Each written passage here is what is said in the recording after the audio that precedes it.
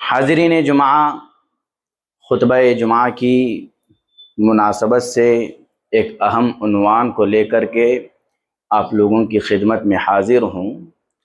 عنوان ہے کہ کامیابی زندگی کا ایک قیمتی راز عبادات میں شوق ہے۔ کامیابی زندگی کی علامت کیا ہے؟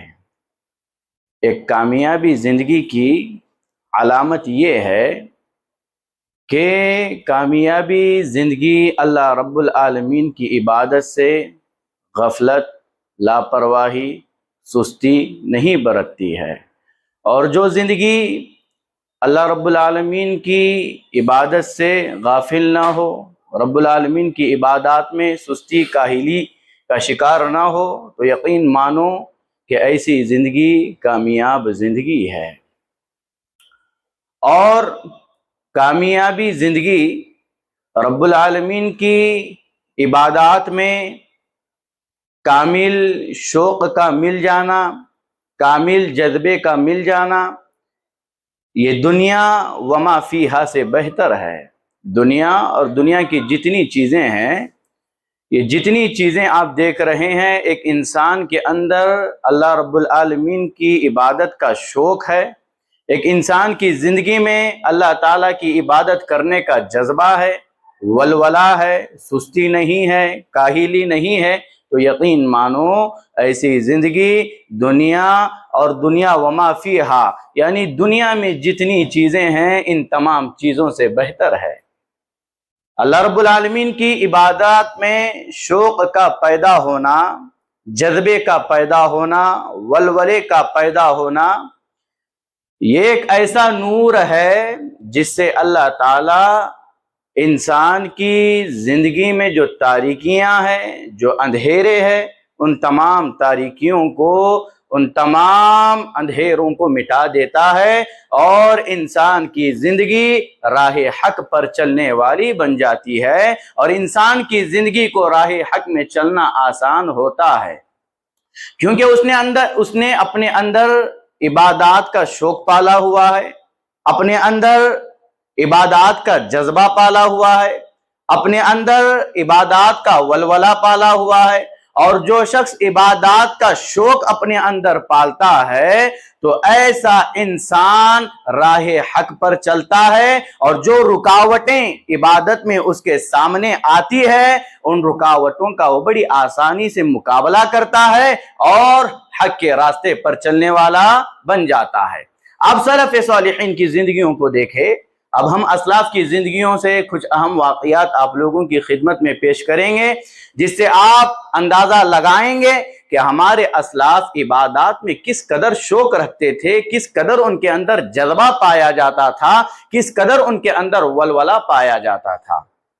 اللہ تعالیٰ نے حضرت موسیٰ علیہ السلام کے واقعے کو قرآن مجید میں بیان فرمایا ہے، اور اللہ تعالیٰ نے حضرت موسیٰ علیہ السلام سے وعدہ فرمایا، اور حضرت موسیٰ علیہ السلام سے کہا کہ آپ اپنے 70 آدمیوں کو لے کر کے کوہ طور پر تشریف لائے۔ اب حضرت موسیٰ علیہ السلام نے اپنے 70 ساتھیوں کو لیا، 70 افراد کو لیا، اور کوہ طور کے لیے نکل پڑے۔ اب جب نکل پڑے تو حضرت موسیٰ علیہ السلام تیزی کے ساتھ چلنے لگے، تیزی کے ساتھ چلنے لگے۔ اب یہ تیزی کے ساتھ جب چل رہے ہیں تو حضرت موسیٰ علیہ السلام نے اپنے ساتھیوں کو پیچھے چھوڑ دیا، اور سب سے پہلے کوہ طور پر تشریف لے گئے، کوہ طور پر پہنچ گئے، اور ان کے جو ساتھی تھے، ان کے ساتھ جو چل رہے تھے، وہ پیچھے تھے۔ اب یہ سارا منظر اللہ تعالیٰ دیکھ رہا ہے، اور موسیٰ علیہ السلام سے کہتا ہے وَمَا أَعْجَلَكَ عَنْ قَوْمِكَ يَا موسیٰ، اے موسیٰ اتنی جلدی کی وجہ کیا ہے؟